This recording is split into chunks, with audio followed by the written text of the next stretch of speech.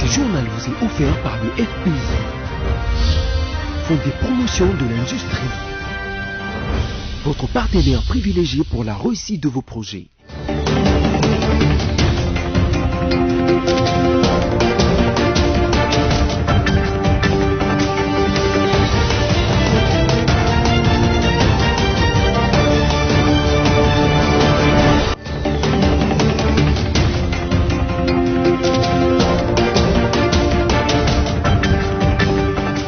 Vous faites bien de nous choisir pour vous informer, mesdames, messieurs. Voici tout de suite les sommaires de cette nouvelle session d'information.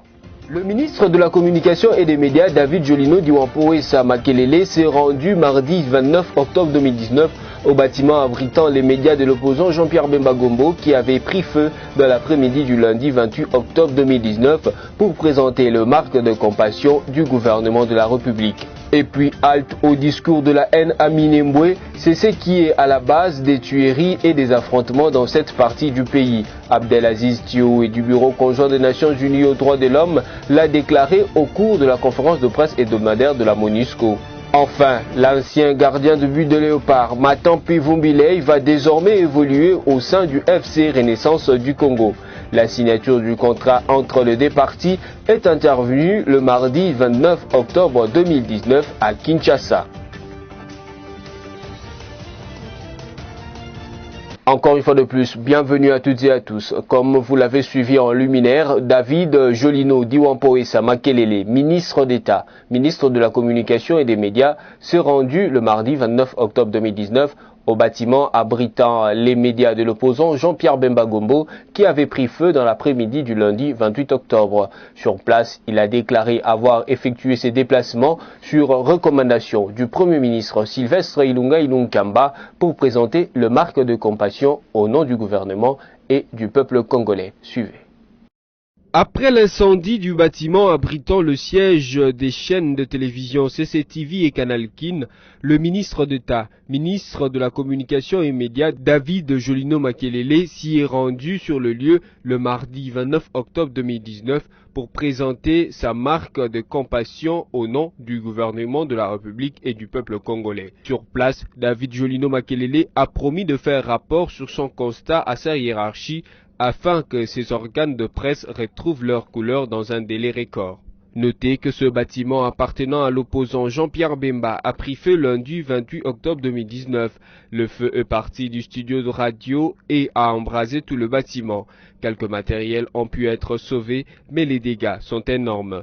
Pour rappel, un tel incendie est déjà survenu aux installations de ces deux médias au mois de septembre 2006. Se dirige-t-on vers la levée de sanctions de l'Union européenne contre le proche de Joseph Kabila? Ceux-ci ont engagé les avocats du cabinet d'Alda Wolf qui appellent à la levée sans délai de ces sanctions pour plusieurs raisons, notamment leur caractère illégal et leur manque d'actualité. Sami Bosongo nous en parle. Plus d'avenir pour les sanctions de l'Union européenne qui pèsent sur certains proches de Joseph Kabila, Lambert Mende, Emmanuel Ramazani Shadari et les autres. Après des organisations de la société civile et le président Félix Tshisekedi qui a, lors de son séjour en Belgique en septembre dernier, appelé à la révision de ces sanctions et à l'évaluation de leur pertinence, c'est au tour du cabinet d'avocats d'Alda Wolf de demander la levée au plus vite de l'ensemble des mesures restrictives prises contre les 15 proches de l'ancien président congolais. Le cabinet d'avocats mise à contribution par les victimes des mesures unilatérales de l'Union européenne, considère que ces sanctions sont aussi bien illégales qu'une ingérence manifeste de l'Union européenne dans les affaires internes de la RDC. Stigmatisant le manque d'actualité de ces sanctions, ce cabinet décrit leur manque de légitimité et attire l'attention sur les reproches leur formulés. Non seulement il n'y a pas eu procès de sorte qu'à son terme des sanctions soient décriées, mais ces sanctions violent également tous les textes internationaux, fait remarquer ce cabinet. Les avocats de Alda Wolf regrettent que l'Union européenne s'obstine à maintenir ces sanctions malgré l'évolution positive enregistrée en politique congolaise. Ceux qui valident ces avocats transgressent le principe du contradictoire et des droits de la défense les plus élémentaires. Pour les observateurs, ces sanctions avaient été prises dans un contexte politique tendu et agité où l'Occident, voulant en découdre avec le régime Kabila jugé indocile au dictat, instrumentalisait ces structures fantoches et opportunistes en RDC pour obtenir la déchéance forcée du régime Kabila à la faveur d'un soulèvement populaire. C'est dans le cadre de la révolution des couleurs planifiée contre le régime Kabila. C'est ainsi que les collaborateurs de Joseph Kabila, qui faisaient preuve de fidélité à ces derniers et de vaillance dont la résistance et pour contenir les manifestations organisées pour confisquer le pouvoir, devaient être intimidés ou affaiblis. D'où les sanctions géopolitiquement modifiées et destinées à effrayer les cibles sans aucun soubassement juridique. Vu que Joseph Kabila a quitté le pouvoir en faveur non pas de son dauphin, mais d'un opposant, et donc l'objectif a été atteint, ces sanctions ne se justifient plus. Tout à fait autre chose, pétition contre Janine Mabunda pour réclamer sa démission à la tête de l'Assemblée nationale. Plusieurs voix se lèvent pour condamner cette initiative des députés PPRD qui opèrent dans le noir. Même si aucune annonce officielle de la direction du parti de Joseph Kabila n'est encore faite, Francine Muyumba, sénatrice de ce parti, dénonce cette initiative et évoque une lutte contre une femme compétente et indépendante d'esprit. Liévin Louzolo pour les détails. Plus le jour passe, plus la rumeur enfle sur les réseaux sociaux et même dans les médias traditionnels. Janine Mabunda est désormais assise sur une chaise éjectable à tout moment. La démarche serait initiée par sa propre famille politique, les PPRD en tête. Des indiscrétions au sein de ce parti politique du président honoraire Joseph Kabila Kabange, on apprend que des caciques auraient initié une collecte de signatures pour une motion de défiance contre Janine Mabunda à la tête de l'Assemblée nationale. À l'heure actuelle, une centaine de signatures seraient déjà recueillies pour aboutir à la procédure de destitution de celle qui a été le choix de Joseph Kabila. Mais aucune source officielle ne les confirme. Les leaders du PPRD et ceux du FCC entretiennent un silence glacial sur ce sujet. Certains affirment que le manque de leadership, l'inactivité et l'incompétence sont les principales charges retenues contre la speaker de la Chambre basse. Face à ce silence, la sénatrice Francine Muyumba a réagi. Selon l'ancienne présidente de l'Union panafricaine de la jeunesse, cette pétition est une attaque contre toutes les femmes de la RDC. Les attaques contre Janine Mabunda s'adressent à toutes les femmes de la RDC et de l'Afrique. Une femme engagée, indépendante d'esprit, compétente et charismatique est toujours combattue. Nous n'allons pas laisser libre cours au machisme, a-t-elle fait savoir sur son compte Twitter. Pour rappel, certains élus du PPRD récolteraient en coulisses des signatures pour faire tomber Janine Mabunda du perchoir de la Chambre basse du Parlement. Parlons sécurité à présent. Halte au discours de la haine à Minembwe, c'est ce qui est à la base des tueries et des affrontements dans cette partie de la République démocratique du Congo. Abdelaziz Ntioé du Bureau conjoint des Nations Unies aux droits de l'homme a déclaré que les auteurs et tireurs de ficelles seront poursuivis par la Cour pénale internationale. Encore une fois de plus, Liévin Louzolo pour de plus amples détails. C'est au cours de la conférence de presse hebdomadaire de la MONUSCO animé conjointement ce mercredi 30 octobre par Florence Marshall, porte-parole de la mission onusienne, et Abdelaziz Ntioé, directeur du Bureau conjoint des Nations Unies aux droits de l'homme, que ce dernier a annoncé cette nouvelle. En réalité, selon lui, cette question de la haine est un chemin glissant qu'on ne peut pas emprunter, car elle relève des questions liées à l'identité et à l'appartenance tribale, nationale et ethnique, ce qui a causé beaucoup de dégâts et des pertes en vies humaines dans nombre de pays africains. Il était donc temps pour le Bureau conjoint des Nations Unies aux droits de l'homme d'appeler à l'ordre tous les protagonistes de ce conflit qui attisent la haine et les violences. L'incitation à la haine étant un motif de poursuite internationale, les auteurs peuvent faire objet de poursuites au niveau international, car le Bureau conjoint des Nations Unies aux droits de l'homme a suffisamment documenté les discours appelant à la haine et les auteurs, a conclu Abdelaziz Ntioé. En société, mesdames, messieurs, après les lancements de travaux de réhabilitation de l'avenue Bongolo dans la commune de Kalamou par le gouverneur Jean-Tini Ngobilambaka le mardi 29 octobre 2019, quelques usagers de cette route ont réagi au micro de votre rédaction pour saluer l'action du gouverneur de la ville-province de Kinshasa, Placide Kieselo et Abel Kassongo. Le gouverneur de la ville-province de Kinshasa, Jean-Tini Ngobila Mbaka, a procédé ce mardi 29 octobre 2019 au lancement des travaux de réhabilitation de l'avenue Bongolo et de construction d'un pont sur la rivière Funa, communément appelée rivière Kalamou. Jean-Tini Ngobila a profité de l'occasion pour prodiguer quelques conseils à ses administrés tout en leur demandant d'accompagner l'exécutif provincial en suivant les instructions et les recommandations qu'il leur dictera tout prochainement. Population riveraine, quinoise et quinois, la splendeur de notre ville dépend de ce que chacun de nous fait en son quotidien. C'est pourquoi l'opération Kinshasa Bopeto que j'ai initiée nous apprend toujours à faire le geste propre. Éviter de jeter des ordures ménagères dans les caniveaux ou les cours d'eau, source d'inondation. Assainir notre environnement immédiat. Je vous exhorte à accompagner votre exécutif provincial en suivant les instructions et les recommandations qu'il vous édictera.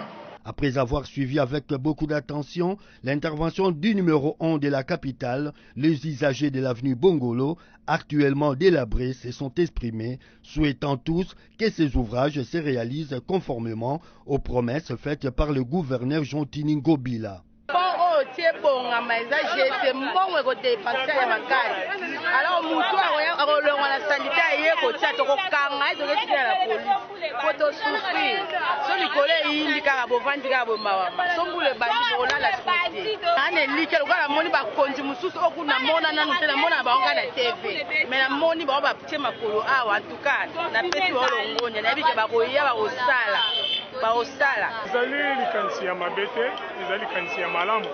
Parce que c'est l'homme qui est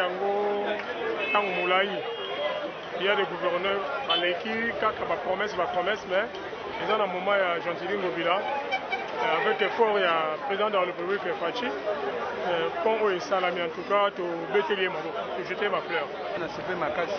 À tout moment, il y a le cas à Milan, il y a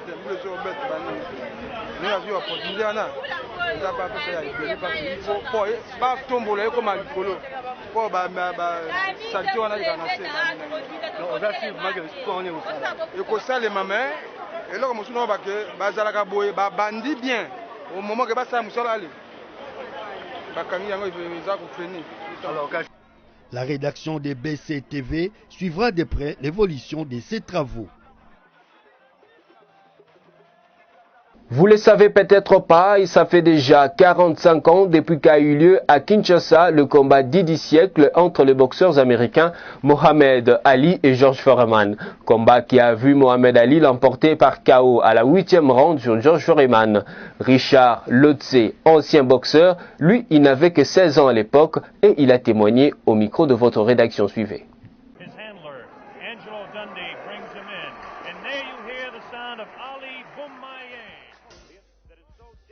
30 octobre 1974, 30 octobre 2019, cela fait 45 ans jour pour jour depuis qu'a eu lieu à Kinshasa le plus grand combat de boxe de tous les temps entre les boxeurs américains Mohamed Ali et George Foreman. Un événement majeur de classe mondiale qui a eu lieu grâce au feu le président Joseph Désiré Mobutu.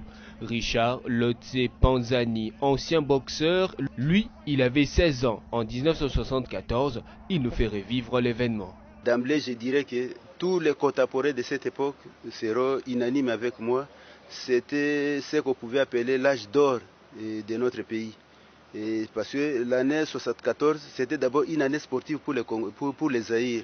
C'est à cette année que notre équipe nationale a gagné pour la deuxième fois la Coupe d'Afrique des Nations. Et c'est au cours de cette année aussi, nous étions les premiers pays subsahariens à être qualifiés pour la phase finale des Coupes du Monde qui s'est passée en Allemagne. Et en organisant les super combats du siècle ici à Kinshasa, c'était le deuxième événement planétaire du monde qui s'est déroulé ici au Congo. Ce combat a créé l'émulation pour que je puisse pratiquer la boxe. Et beaucoup de jeunes de notre époque se sont inspirés de ces combats. À l'époque, lorsqu'on circulait dans la rue de Kinshasa, partout on trouvait des enfants qui faisaient des rings de fortune, qui se bandaient la main avec leurs habits pour essayer de mimer les combats d'Ali et de Foreman. Ainsi, pour remémorer et célébrer avec faste les 45e anniversaire de ce combat dit du siècle, le stade Tata Raphaël de la Kétule, qui avait abrité le combat de 1974, abritera le 7 décembre 2019 un combat de boxe qui opposera deux grands champions du monde. Outre la boxe, plusieurs autres activités sont prévues pour que la fête soit grandiose, selon Deo Kasongo, organisateur de cet événement et ses partenaires. Pour Richard Lotse Panzani, les commémorations ne doivent pas avoir que l'aspect business. Pour moi, la commémoration ne doit pas être seulement un combat ou bien quelques concerts organisés avec 2-3 personnes. Je crois qu'il faut qu'on fasse des expositions, par exemple, qu'on fasse des conférences, qu'on invite les survivants de l'époque. Parmi les boxeurs, il y a encore Georges Foreman qui a vie. Il y a, je dirais, Doc King qui était le manager de ces combats. Il est encore vivant. Et beaucoup d'autres personnes sont encore à vie qui pouvaient participer à ces commémorations. Et comme je l'ai dit au début, qu'il faut que la commémoration soit un devoir de mémoire pour que la jeune génération sache qu'est-ce que notre pays a fait dans le passé. Rappelons que le combat du siècle de 1974 a vu Mohamed Ali l'emporter par KO au 8e round sur Georges Foreman devant un public en effervescence dans un stade du 20 mai rempli comme un œuf.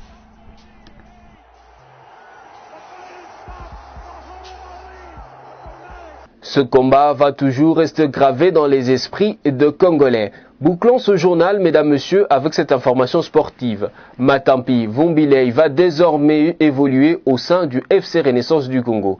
La signature du contrat entre les deux parties est intervenue mardi 29 octobre à Kinshasa.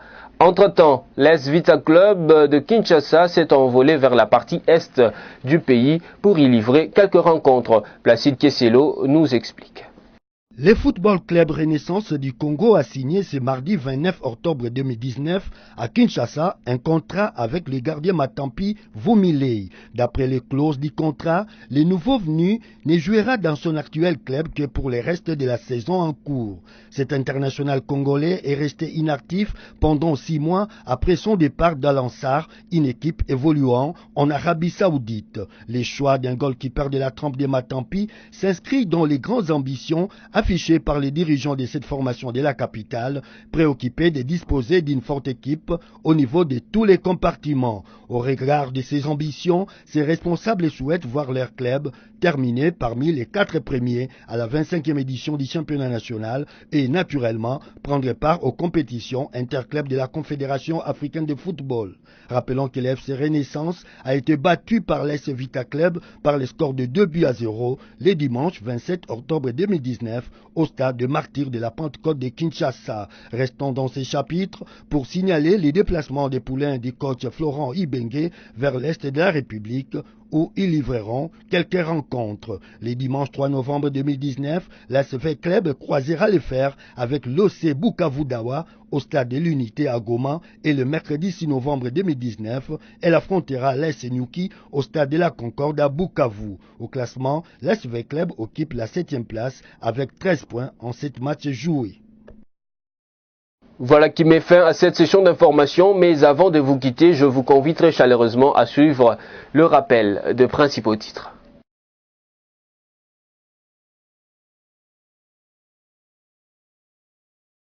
Le ministre de la Communication et des Médias, David Jolino Diwampoesa Makelele, s'est rendu mardi 29 octobre 2019 au bâtiment abritant les médias de l'opposant Jean-Pierre Bemba Gombo qui avait pris feu dans l'après-midi du lundi 28 octobre 2019 pour présenter le marque de compassion du gouvernement de la République. Et puis halte au discours de la haine à Minembwe, c'est ce qui est à la base des tueries et des affrontements dans cette partie du pays. Abdelaziz Thio et du Bureau conjoint des Nations Unies aux droits de l'homme l'a déclaré au cours de la conférence de presse hebdomadaire de la MONUSCO.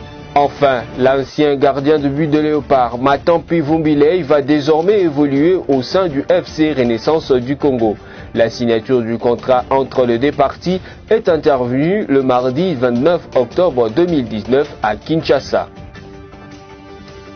Ce journal est terminé, mesdames, messieurs. Merci à vous de nous avoir suivis. Surtout, restez fidèles au programme des BSC TV car les actualités sont en continu. Je vous retrouve à la fois prochaine pour un nouveau numéro du journal. Au revoir et merci.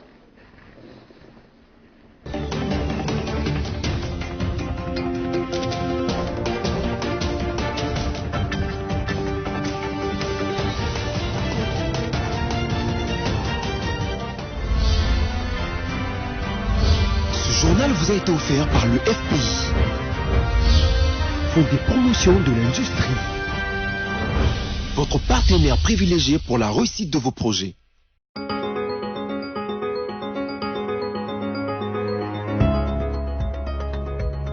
Bienvenue à cette revue de presse en ligne sélectionnée pour vous. Commençons avec Actualité.cd qui écrit Kinshasa, c'est un policier commis à la sécurité du ministre Dolly Makambo qui a tué les responsables du centre de santé de référence Vijana. La police nationale congolaise affirme qu'il s'agit d'un policier commis à la sécurité du ministre provincial de l'Intérieur Dolly Makambo qui a tué par balle le responsable du centre de santé de référence Vijana situé dans la commune de Lingwala. Un policier commis à la garde du ministre provincial de l'Intérieur Dolly Makambo a tiré sur un personnel du centre Vijana à Lingwala dans un conflit de spoliation. Il a fui, mais les recherches sont déjà en cours, a dit à Actualité.cd le commissaire divisionnaire adjoint Silvano Kassongo. Tous les malades admis dans ce centre ont fui d'après les témoignages. La population en colère a incendié une jeep de la police qui s'est trouvée sur les lieux. Poursuivons cette revue avec Forum des As qui titre « Faute des compromis au niveau de l'opposition », poste des rapporteurs adjoints, la plénière d'élan tranche ce mercredi. Aux dernières nouvelles, les négociations entre le groupe parlementaire MSG7 et MLC alliés au niveau de l'Assemblée nationale se sont terminées en queue de poisson. Chacun est resté campé sur sa position. Pour les députés du groupe MSG7, le poste du rapporteur adjoint de l'Assemblée nationale leur revient de droit compte tenu de leurs membres dans la chambre basse du Parlement. De leur côté, les élus du groupe MLC et alliés revendiquent ce fauteuil pour des raisons d'équilibre étant donné que la fille d'Olivier Kanitatou, membre du groupe MSG7, occupe le poste de rapporteur adjoint du Sénat. Les leaders des deux groupes, Moïse Katumbi et Jean-Pierre Bemba, ont pratiquement botté en touche la question. Martin Fayoulou, qui continue son combat pour la vérité des urnes, fait de cette question le cadet de ses soucis. La balle est de nouveau renvoyée à la plénière de l'Assemblée nationale, convoquée ce mercredi 30 octobre à l'hémicycle du Palais du Peuple. Bouclons cette revue avec Okapi.net qui écrit « RDC, l'électricité d'Inga 3 bénéficiera à la population, assure la présidence de la République. Ce n'est pas honnête de vouloir opposer le projet Inga 3 à la population au motif qu'elle n'en sera pas bénéficiaire, a réagi mardi 29 octobre Nicolas Kazadi, coordonnateur de la commission quinquennale du chef de l'État, après publication des rapports de l'ONG Ressources Matos et les groupes d'études sur les Congo. Selon lui, la Société nationale d'électricité recevra une part importante destinée aux Congolais. Nicolas Kazadi explique pourquoi la moitié de la production prévue d'Inga 3 a été déjà promise à l'Afrique du Sud. Un projet d'une telle ampleur qui est financé par des privés majoritairement, pour le mener à bout, pour mobiliser les financements, il faut que la perspective du marché soit solide et crédible. Raison pour laquelle il fallait qu'il y ait un client final sûr et dans la première étape, l'Afrique du Sud a garanti l'achat de 5000 MW, c'est-à-dire près de la moitié de la production prévue.